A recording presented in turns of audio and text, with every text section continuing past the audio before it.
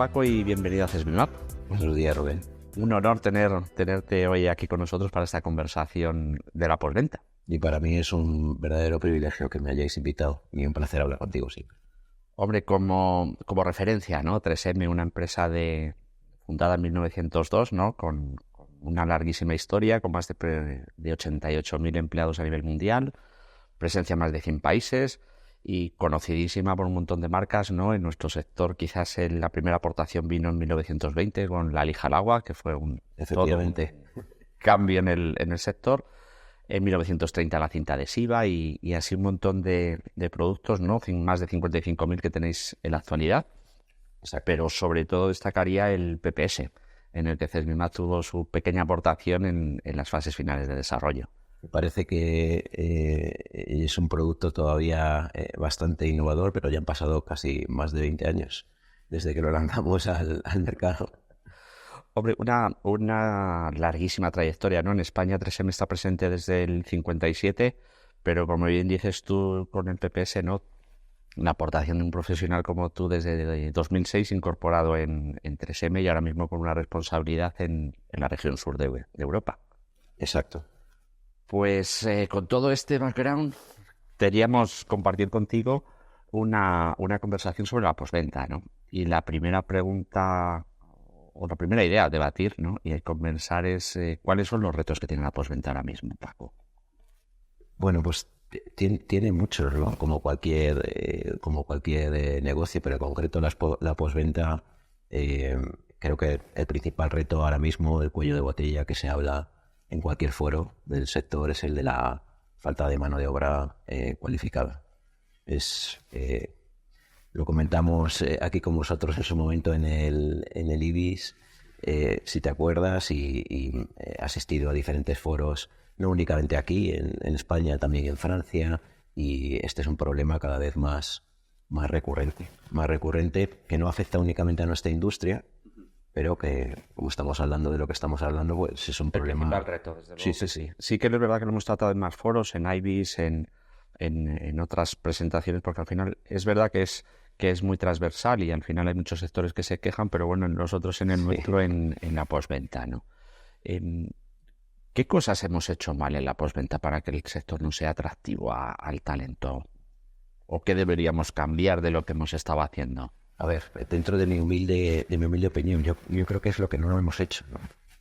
Lo que no hemos hecho, es decir, el taller de carrocería como tal ha ido avanzando, pero la sociedad creo que ha avanzado más rápido.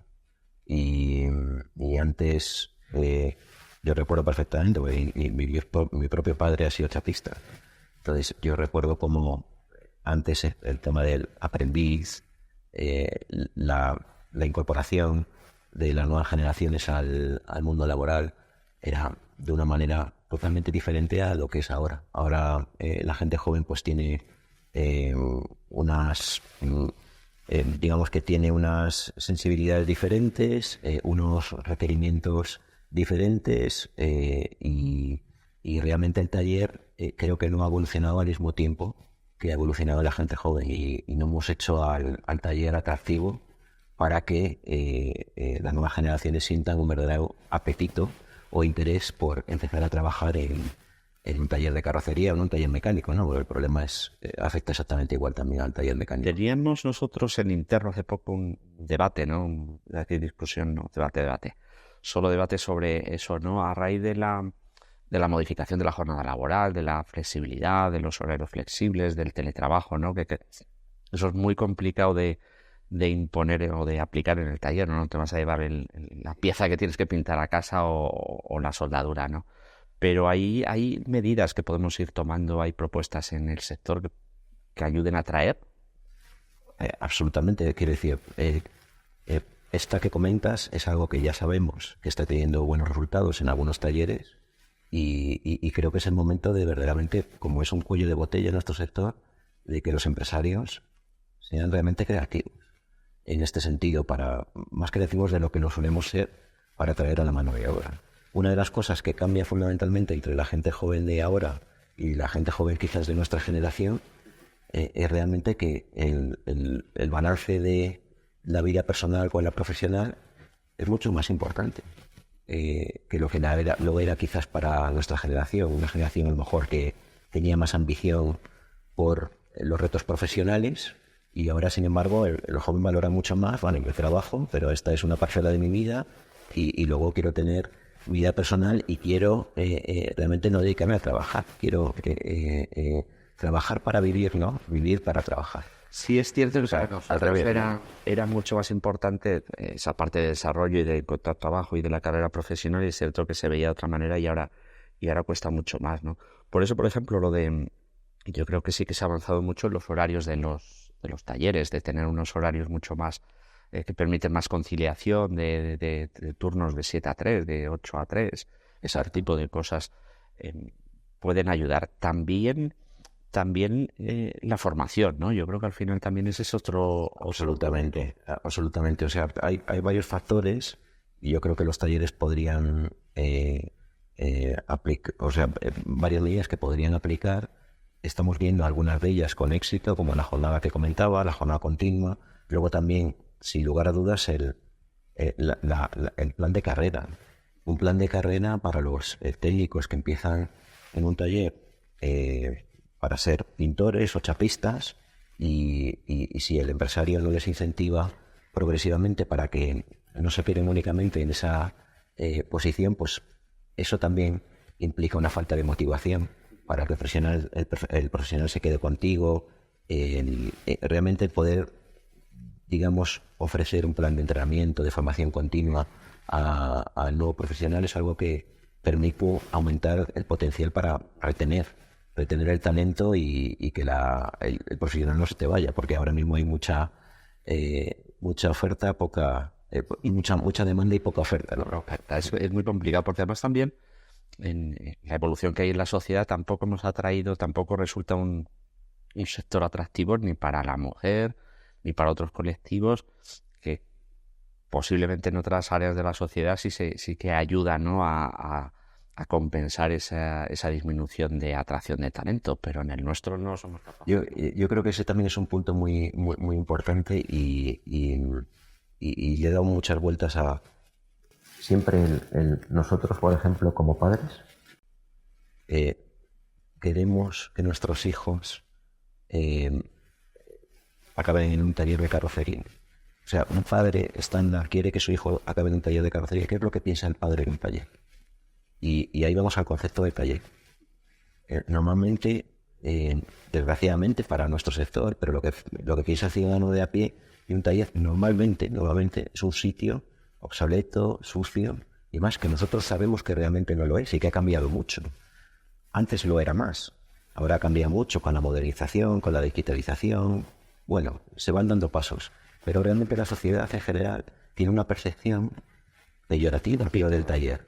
Y entonces, a la hora de motivar a la gente joven para que busquen salidas profesionales ahí, pues creo que se podría hacer un esfuerzo importante en mejorar esa imagen para la sociedad en general de lo que representó el taller de carrocería, cambiar de ese concepto obsoleto, sucio, a algo más limpio, más sostenible, más eficiente, y algo que pueda tener la capacidad de atraer más a la gente joven. Avanzando un poco más, y a pesar de estas dificultades y de esta situación, ¿no? de personal, es cierto que necesitamos seguir mejorando en eficiencia y en rentabilidad y en productividad en los talleres, ¿no? Una empresa como 3M, un proveedor, ¿qué aporta? ¿En qué ayuda a la mejora de la eficiencia del taller? A ver, desde el principio, como sabes, 3M es una empresa que se caracteriza por la innovación. Y de hecho te puedo asegurar que desde que lanzamos el PPS al mercado ya hace más de 20 años, prácticamente, que yo recuerde, yo llevo en el negocio desde el 2006, pues prácticamente cada año hemos introducido una nueva gama de productos o de procesos, de novedades al mercado. Algunas con un mayor impacto, otras con menos, pero siempre tenemos un pipeline, no sé ahora cómo traducirlo, de productos nuevos que vamos lanzando al mercado, y de hecho también para el futuro, yo tengo visibilidad a eso, pues estamos cocinando cosas que van a ser muy interesantes. La innovación es un concepto que uno lo asocia únicamente a nuevos productos, pero cómo nosotros empezamos desde el proyecto, desde el proceso de investigación y desarrollo, el lanzamiento de nuevos productos. La base empieza no en un laboratorio, empieza en el taller. Entonces, siempre tenemos equipos especializados que se tiran muchísimo tiempo en el taller. Conozco compañeros en Estados Unidos que se han tirado antes de lanzar un producto más de 2-3 meses en diferentes talleres viendo cómo trabajan, porque los productos que lanzamos y los procesos se enfocan realmente en cómo poder ayudar al taller a mejorar esos procesos, esa productividad, esa eficiencia. Entonces, no sacamos un producto nuevo que no tenga un impacto significativo para el taller en ese sentido. Recuerdo, no me quiero dilatar mucho, pero recuerdo un lanzamiento que tuvimos y que es un producto que tenemos todavía en el mercado, que es una masilla de poliéster que se llama DMS, Dynamic Mixing System, y es una masilla como otra cualquiera con su peróxido y su componente de poliéster que se mezclan de manera automática. Y esto salió porque nosotros tenemos un departamento de dentales y hay un adhesivo epoxi que se utiliza para los empastes, que es muy espeso y era la única manera de mezclarlo. Aprietas una pistola, el émbolos mezcla automáticamente la mezcla y ya tiene el dentista ese compuesto mezclado y catalizado. Pues ese equipo que estaba tantos meses en los talleres vio cómo se hacía y cómo se sigue haciendo, ¿no? El tema de las espátulas, todos los problemas estos que hay con los residuos en el verano que acaban en la basura y demás, y esto permitía de una manera muy sencilla ahorrar muchísimo producto, mejorar muchísimo la aplicación y los tiempos. Y eso salió fruto de las observaciones en el taller, mezclándolo con tecnologías que ya utilizábamos en otros negocios totalmente diferentes a este. Entonces, es uno de los ejemplos, ¿no? ¿Es receptivo el taller a estas propuestas? Yo creo que sí, ¿no? Que el taller sí que está abierto a mejorar, sí que siempre estamos en el debate y en esa disputa entre coste y beneficio y mejora de la eficiencia, pero yo creo que el taller sí que ha hecho un esfuerzo muy grande, sí que acompaña en esta mejora de la eficiencia. Sí, hay un componente principal. Yo lo he aprendido desde que estoy en 3M en mis propios carnes. No es únicamente que tengas un producto de calidad, un producto que sabes, porque tú lo estás viendo en interno, cuando tenemos los entrenamientos internos, que puede verdaderamente ayudar al taller. Eso está muy bien, pero luego es súper importante el llevarlo a la calle y sobre todo que el cliente no únicamente vea el producto, sino que tú se lo demuestres. Y se lo demuestres en sus propias instalaciones. Los mismos clientes nos dicen muchas veces cuando vienen a nuestro centro de formación en Madrid, sí, que es todo muy bonito, el taller está perfectamente todo brillante, todo limpio, tiene que ver poco con la realidad. Eso es lo que nos dicen y lo que quieren es verlo en sus instalaciones. Y por eso nosotros tenemos actualmente más de 20 personas entre España y Portugal, te comento las de Francia que también llevo, pero que se dedican día a día a ir a talleres de carrocería y además de presentar los productos, hablar de ellos, hablar de los procesos y del impacto que tienen en la productividad, demostrarlo in situ para que el propio cliente pueda ver realmente que esto tiene un impacto positivo para el taller y para al final su cuenta de resultados, que es de lo que se trata. Sí, me hace gracia porque el comentario ese de estas cosas se pueden hacer en vuestras instalaciones nos ocurre a nosotros también, ¿no? Lógicamente, cuando viene la gente en formación a CESBI, pues también te haces ese comentario, claro, aquí con las instalaciones que tenéis y con las capacidades, pues es más fácil, ¿no? Pero sí es cierto que cuando luego eres capaz primero de transmitirles esa potencia que tiene la formación, los resultados que tiene un nuevo producto, una mejora, y les acompañas en el taller, es cierto que tiene un impacto muy positivo en ellos. De hecho, yo creo que eso también sí que nos podemos poner la medalla a todos, ¿no? De haber ayudado al taller a mejorar y a estar mucho más receptivo a todo esto. No, y en especial el tema de la formación, quizás en la carrocería, no tanto con la mecánica, pero también en la carrocería.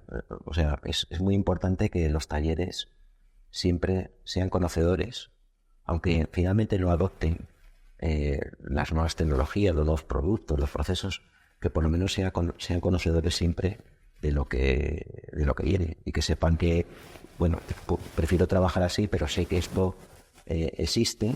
Eso también es parte del trabajo que hacemos tanto vosotros como nosotros. Al final el taller toma su propia decisión, pero oye, que sepas que está esto, que por lo menos lo tienes que conocer y sabes que si lo implementas, pues puede tener impacto positivo. Luego la decisión finalmente depende siempre de ellos.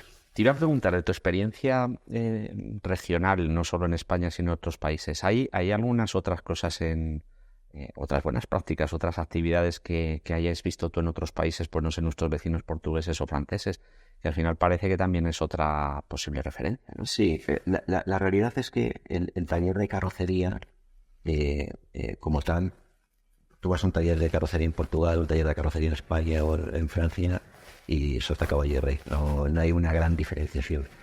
Por fomentar algo que pudiera ser de interés, sí me sorprendió muchísimo. En Francia, por ejemplo, estuve hace cosa de 2 meses en un macro taller del grupo MIFG, que es, digamos, el MSO, el grupo de talleres, tanto concesionarios como multimarca más grande, europeo, y estuve en un centro específico que han creado para reacondicionamiento de vehículos. Es decir, es un grupo muy grande que tiene muchísimos concesionarios y están abriendo centros específicos de Small Repair para realizar recondicionamientos de los vehículos de su propia flota. Y me sorprendió muchísimo una cosa que hacían, que también, hablando del cuello de botella y personal, ¿no? En este taller había raíles. Esto creo que no es nuevo, porque creo que en Citroën en Madrid en su momento trabajaron así, pero hay raíles por los cuales pasan los coches y tienen un flujo continuo y se realiza la reparación en diferentes departamentos claramente establecidos. Entonces hay operarios para operaciones muy específicas, por ejemplo enmasillado, enmascarado, en la aplicación de la pintura en sí, luego la aplicación del barniz, pulido. Y lo que me pareció chocante es que ellos lo hacen así porque han aprendido que es lo más productivo para ese tipo de reparación. Pero además solucionaron un problema, que es el de la falta de mano de obra cualificada, porque formar a un profesional específicamente para hacer enmasillado no hace falta que se tiren en un ciclo de FP 4 años. Sí. Ellos mismos forman a ese personal, incluso de desempleados de la calle, y han solucionado la papeleta de la falta de mano de obra cualificada. Entonces, para que no se aburra uno de hacer siempre lo mismo, cogen y dan formación ellos mismos también para que el que está enmasillando, al cabo de 5 meses, pues se ponga a punto. Y entonces me lo comentaba el gerente y creo que fue una buena práctica, ¿no?, que comento aquí con vosotros, de cómo más productividad, flujo continuo de trabajo, pero también especialización, que favorece la incorporación de mano de obra de una manera relativamente más fácil que lo que acontece en la mayoría de los talleres, ¿no?, que sabemos que es un problema. Oye, ¿y el tamaño del taller en Portugal, en Francia, es similar al de España? ¿También son talleres relativamente pequeños? La realidad es que sí. Yo en Portugal creo que hay una mayor concentración de grupos.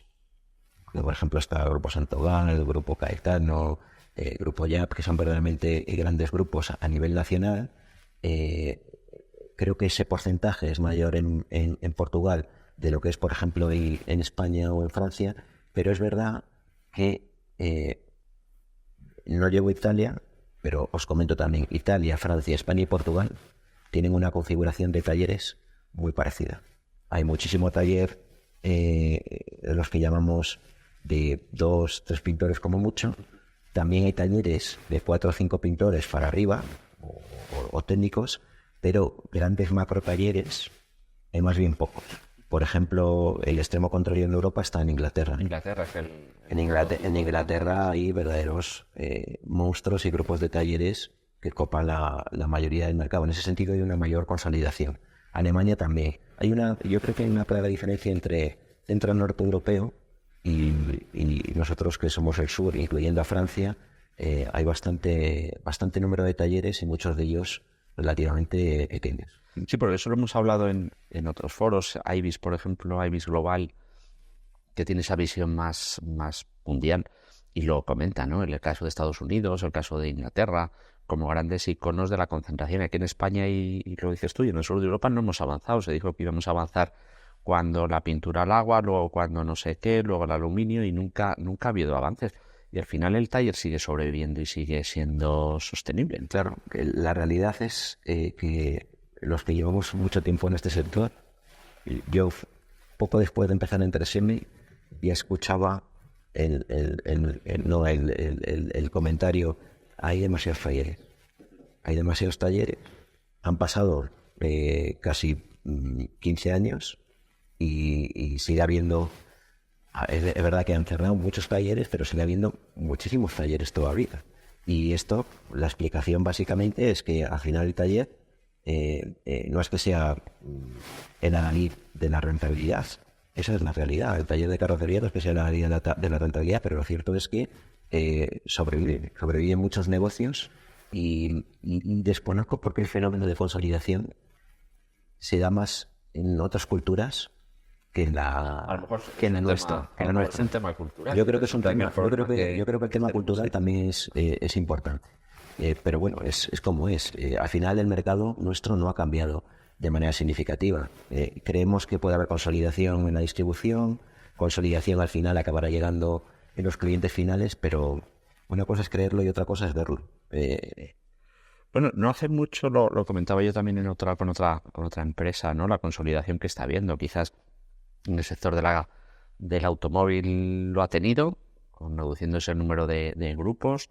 Luego eso ha pasado en distribución. Cada vez más los grupos de automoción también se han ido concentrando y van apareciendo, pues lo has comentado tú, en el caso de Portugal, Santogalo, Caetano. No sé si está pasando en España, Grupo EVE, otros grandes actores. Y en la distribución ha empezado a verlo y quizás en algún momento también llegue al taller. Sí, pues, a ver, en el taller estamos viendo como grandes grupos están ampliando su radio de acción. Lo que pasa es que la escala de la consolidación todavía aquí es significativamente menor que por ejemplo, en las comunidades anglosajonas. Es brutal. Y el ejemplo que has puesto de Estados Unidos, yo cuando veo grupos como Caliber o Service King, que son grupos de talleres de más de 1.500 talleres, es brutal. Es una escala totalmente diferente y creo que el componente cultural es importante. En palabras de vuestro presidente Mike Roman, la innovación no es innovación sin sostenibilidad, ¿no? Creo que ese es el otro gran reto, ¿no? Que era la primera pregunta que te hacía. El reto ahora mismo al que nos enfrentamos es la sostenibilidad, ¿no? ¿Está llegando esto cómo afecta al taller? ¿Qué visión tienes tú del impacto de la sostenibilidad en el taller? Bueno, afortunadamente yo creo que para la sociedad, las empresas ahora a nivel general son más conscientes de esta necesidad de la sostenibilidad. Y eso es bueno para la sociedad y para todos en general. Luego, en función de las industrias, pues las velocidades cambian, porque eso hay industrias que son más susceptibles de ser sostenibles y otras donde el cambio puede costar más. Creo que el taller tiene mucho recorrido para tener prácticas mucho más sostenibles, pero por otro lado, el gran reto que tiene el taller es que pueda adoptar prácticas que sean más sostenibles, pero que en paralelo no tenga un impacto para ellos en la cuenta de resultados importante, porque la realidad, lo sabemos, es que el nivel de márgenes pues no son muy bollantes, y entonces el adoptar tecnologías sostenibles se puede, por supuesto, pero tiene que haber ayuda para ello y sobre todo tiene que tener un impacto positivo. Yo recuerdo estar hablando de Francia también con el vicepresidente mundial de Stellantis, de Michel Beau, que ahora lidera Mr. Auto, que es una plataforma online que tienen ellos, y él me decía que en Stellantis, por ejemplo, tenían una cuenta de resultados específica para medir el impacto de las prácticas sostenibles en la cuenta de resultados también. Es decir, al final tenemos que tener los pies en el suelo de que, sin lugar a dudas, hay que ir en esta dirección, pero sobre todo las pequeñas y medianas empresas, las que tienen que luchar mucho en día a día, sobre todo el taller de carrocería y demás, tiene que adoptarlo, pero con ayudas por parte de los proveedores, por parte de los stakeholders y más, y sobre todo con con impactos que no sean negativos en la cuenta de resultados. Quizás eso sí que ha cambiado, ¿no? Porque al principio veíamos todos como la sostenibilidad solo por la parte coste, del esfuerzo que había que hacer de modificar procesos, de modificar compras, productos. Y yo creo que sí estamos siendo capaces de dar la vuelta, ¿no? Nosotros también trabajamos con el taller en programas donde tratas de acercarle el tema de la sostenibilidad como un programa de eficiencia, de mejora, porque al final la sostenibilidad viene también porque generes menos residuos, utilices productos menos contaminantes, procesos más eficientes con menores tiempos de secado, con menos consumo de energía. Todo eso al final yo creo que sí que es la forma en la que todos estamos avanzando en ayudar a y ese concepto, como dices, de cuando me preguntabas antes por la productividad, en nuestro caso, como fabricante de consumibles, anexos de pintura, el concepto de productividad está ligado directamente al de sostenibilidad. Es decir, cuando se trata de un proceso de lijado, yo por ejemplo recuerdo cuando empecé que era muy común que si visitabas 5 talleres en Madrid, cada taller, aún lijando con nuestro producto, por ejemplo, lijaba de manera diferente, con diferentes granos en función del profesional. Esto todavía no ha cambiado del todo, pero ahora se ve mucha más estandarización. Y la estandarización al final lo que lleva es a evitar repeticiones de trabajo, por lo tanto ser más productivo, pero también a un uso más responsable del producto. Nosotros realmente, te voy a poner otro ejemplo. Una de las últimas novedades muy ligadas al PPS que hemos sacado al mercado es una pistola de pulverización que le llamamos pistola de pulverización de alto rendimiento, y después de 2 años de lanzamiento, una de las cosas que al principio del lanzamiento sinceramente no teníamos constancia, pistola más ligera en el mercado, una serie de características ergonómicas de pulverización muy buenas para realmente ofrecer estas características como algo interesante para el mercado. Pero lo que hemos descubierto con la utilización ya de esta pistola de muchos talleres es el ahorro en la utilización del producto líquido. Entonces, eso, por ejemplo, como pueden ser otros muchos ejemplos, es un ejemplo de mejora de productividad, rentabilidad para el taller, pero además sostenibilidad al reducir el consumo del producto. Entonces, creo que ambos conceptos están asociados, y nosotros en nuestros planes estratégicos y en las nuevas novedades que vamos a lanzar al mercado, el concepto de la sostenibilidad estará mucho más ligado de lo que hasta ahora ha sido. Esa es la realidad. Hablando también de innovación, no sé si lema vuestro, ¿no?, de 100 años innovando para los vehículos en los que trabajas hoy, ¿hacia dónde estáis avanzando? ¿Qué iniciativas y qué primicias? Pues mira, hay una que os puedo contar y es prácticamente una primicia aquí, pero no lo es en Estados Unidos. Hace como cosa de 4 años, nuestro presidente ahora de la división, Dave Gunderson, decidió realizar una adquisición de una empresa especializada en temas de software y en temas digitales, ¿no? Pensando en el taller, ¿no? Y pensando en cómo podíamos ayudar nosotros a estas mejoras que el taller tiene que tener. Entonces, siempre se ha dicho del consumible de pintura que es como un cajón desastre, que no está controlado, que cada pintor utiliza según lo que le venga en gana, que se tiran los bifos al suelo, mal utilizados, etcétera, etcétera. Entonces, 3M ha lanzado un sistema de control de inventario para los anexos de pintura que se llama Repair Stack, y lo hemos lanzado al mercado de la mano de esta adquisición hace 1 año y medio en Estados Unidos y en Canadá. Ahora hay ya más de 3.000 talleres que trabajan con ello, y básicamente lo que es Repair Stack es un sistema que permite al taller tener los anexos localizados en un armario automatizado que está conectado con el DMS, de tal manera que y conectado con cada operario, para que cualquier orden de reparación se pueda parametrizar perfectamente en cuanto al uso de anexos de pintura, y que de esta manera el gerente del taller, el jefe de taller, que es el que tiene que tomar las decisiones de compra, sepa que cuando compra un producto de muy alta calidad y productividad como el nuestro, sepa además que está perfectamente controlado y ligado a las órdenes de reparación. Está siendo un éxito brutal, porque 3.000 talleres en un año y medio no es moco de pavo, ni mucho menos, y lo que tenemos es la esperanza de que vamos a empezar en Europa con pilotos en la última parte del año, y en 2025 esperemos lanzarlo aquí en mi región, España, Portugal y en Francia también.